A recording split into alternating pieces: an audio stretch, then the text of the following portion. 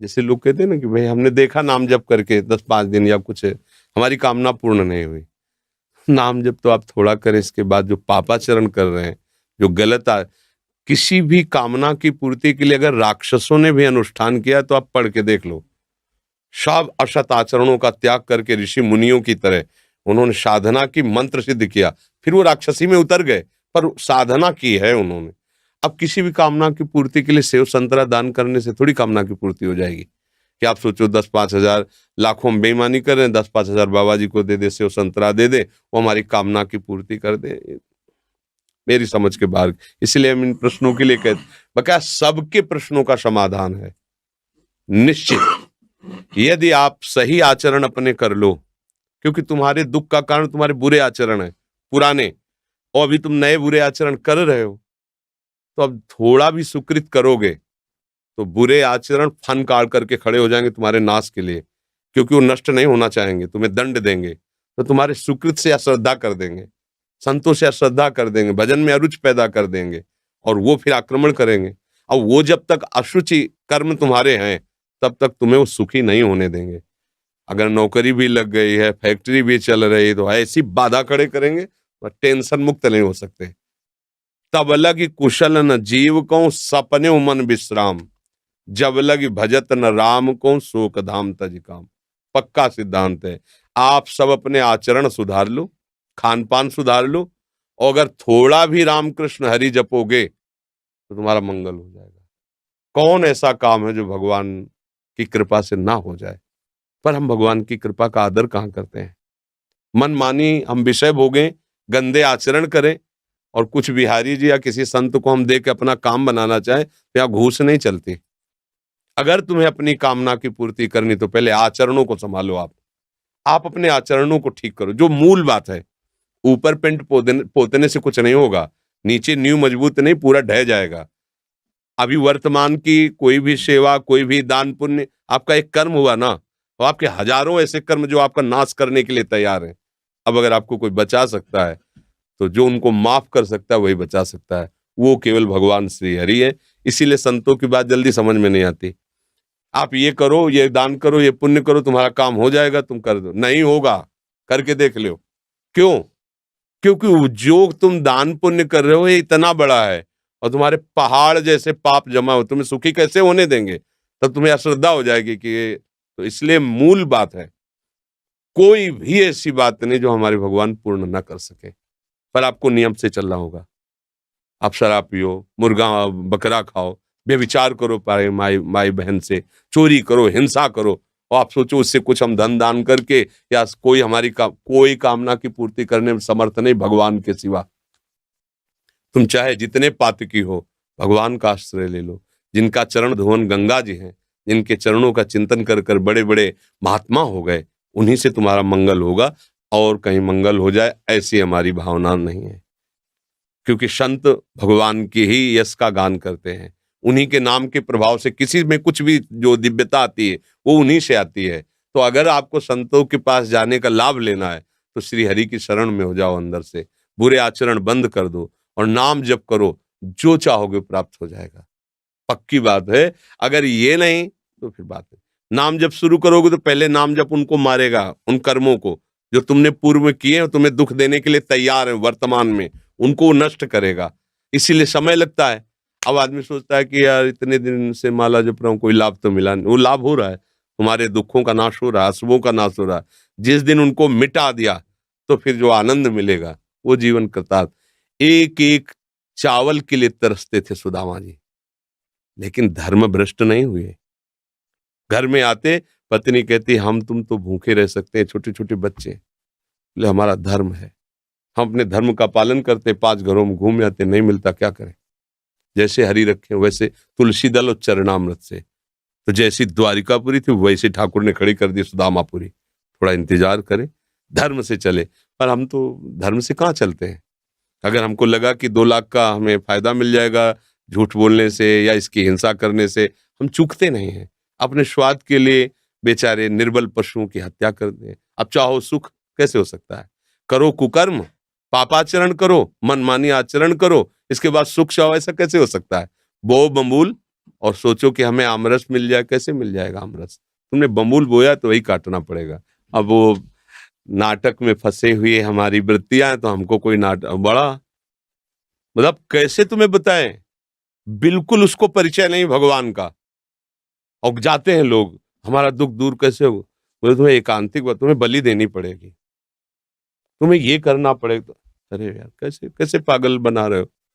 किसी की हत्या करके, किसी की हिंसा करके, किसी से व्यभिचार करके किसी का मंगल होने वाला है?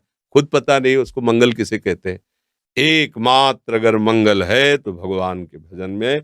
किसी का आशीर्वाद तुम्हें नहीं बचा सकता, हमारी बात पक्की मान लो। तुम्हारा आचरण ही तुम्हें बचाएगा, ये बार बार हम तुम्हें कह रहे हैं। अगर तुम गलत करते हो तो तुम्हें कोई नहीं बचा सकता, और अगर तुम सही से चलते हो तो तुम्हें कोई नहीं मिटा सकता, कोई गिरा नहीं सकता, क्योंकि भगवान वहीं देख रहे हैं जहां आप हो। आजकल हमारे लोगों की क्या बुद्धि है, हम तो खूब भोग भोगे मनमानी, और ये साधु महात्मा जो भजन करते हैं ना, इनको कुछ दे देंगे बेचारे, वो भजन करके हमारा सब कुछ सुधारते रहेंगे। ऐसा कभी हुआ है? कभी हो सकता है? नहीं हो सकता। अगर ऐसा कहीं है, वो नहीं है, जो होना चाहिए वो नहीं है। एक ही बात है, आप अपने को सुधार लीजिए, आप अपने आचरण पवित्र कीजिए और नाम जप कीजिए, सब ठीक हो जाएगा। समय लगेगा, पर जब दीपक की तरह जलोगे, कुल परंपरा तक चलते रहोगे, और एकदम हाइलोजन की तरफ फ्यूज हो जाओगे। अधर्म क्या करता है? हाइलोजन की तरह, अरे फटाफट गाड़ी आई, फटाफट रुपया पैसा और सब, और फिर क्या हुआ? पूरा परिवार गाड़ी चटनी बन गया। अरे बोले हो गए, यह अधर्म है। ऐसे ऊपर ले जाएगा तो आपको लगेगा बहुत ऊंचाई पे नहीं, ऊपर से छत से फेंके जाओगे तुम ऊंचाई से।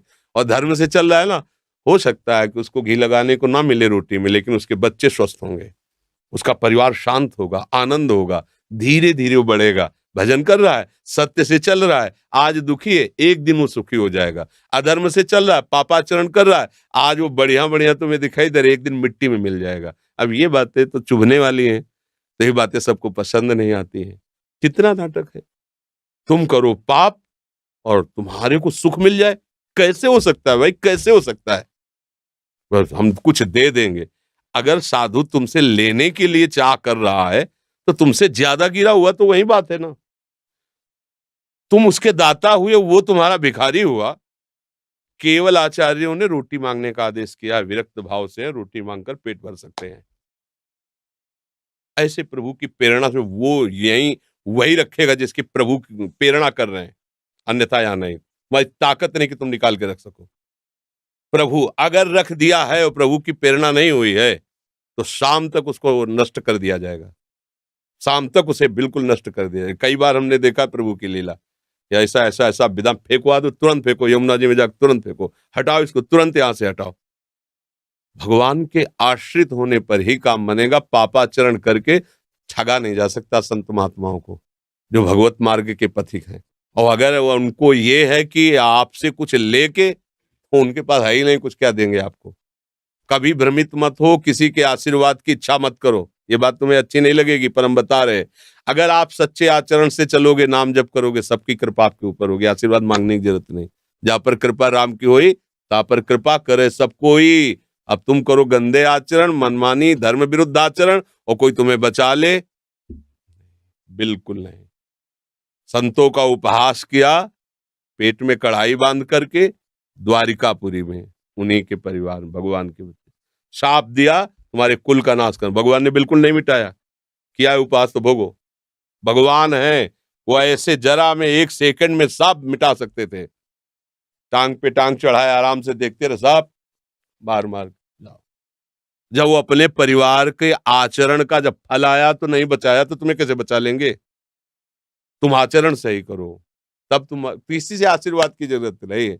ये जो है ना, आज बाबा जी ने आशीर्वाद दे दिया हमारा, हाँ ये आशीर्वाद मान लो, हमारी बात मान लो, हरि के चरणारविंद का आश्रय ले लो। प्रणत कामदम पद्मजार्चितम धरणि मंडनम ध्येय महापति। जिनके चरण चिंतन करने वालों के लिए कल्प तरु के समान है। आप हरि चरणों का चिंतन कीजिए। हरि स्मृति सर्व विपद विमोक्षणम। कोई विपत्ति तुम्हें परास्त नहीं कर सकती, आएगी परास्त नहीं कर पाएगी।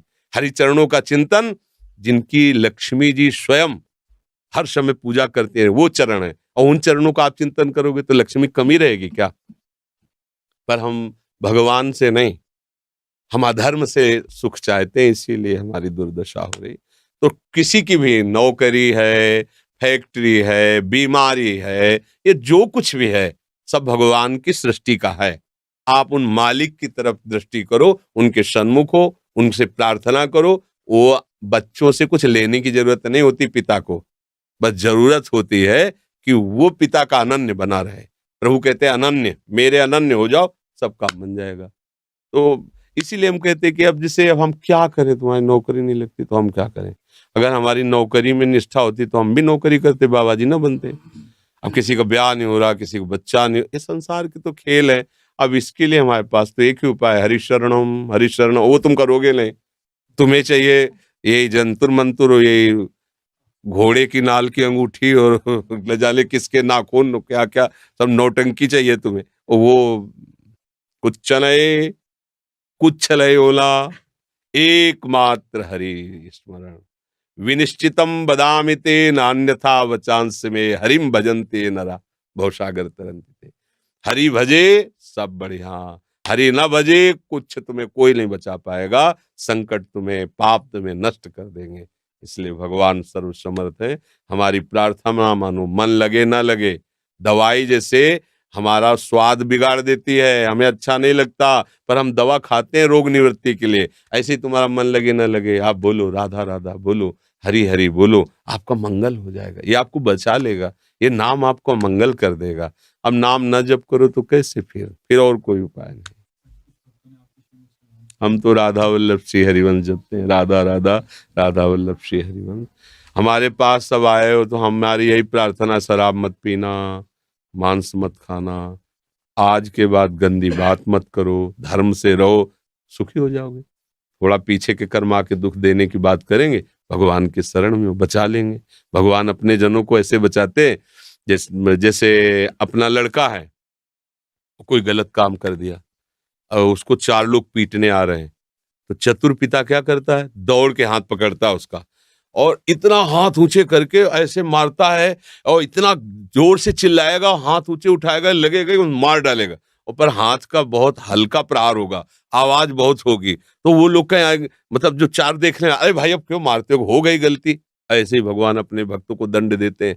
भयंकर अपराध है, वो दिखाई दे रहा बड़ा होके आएगा, तो ऐसे हल्के से निपाट देते हैं। रक्षा करो सदा तिनके रखवारी, जिम बालक राखे मातारी। वही हमें बचा सकते हैं, दूसरा भाई कोई नहीं, कोई दूसरा नहीं है, ये पक्का समझ लो, वो ही बचा सकते हैं, एक हरि, कोई नहीं बचा सकता। पूरा परिवार लग करके गजराज को बचाने की कोशिश की, हजारों हाथी हाथिनियां, नहीं बचा पाए। जब उसने देखा मेरा भी बल नहीं, मेरा परिवार सब छोड़ के चला गया, पुकारा हरि, पूरा नाम नहीं हो पाया था कि हरि आ गए, सुदर्शन चक्र से ग्राह को मार कर गजराज को मार लिया। सब पूरा सभा बैठी हुई है, कोई रक्षा द्रौपदी की नहीं कर पाया। जे ही पुकारा हे कृष्ण द्वारिका, यही भगवान वस्त्र बन गए। हमें चाहिए कि ये इन कथाओं से हमें प्रेरणा मिलती, हम भगवान का भरोसा रखें, वही बचाएंगे। उन्हीं के ही चरणों का आश्रय लेने से हमारी सारी कामनाएं पूर्ण होंगी, दूसरा कोई उपाय नहीं।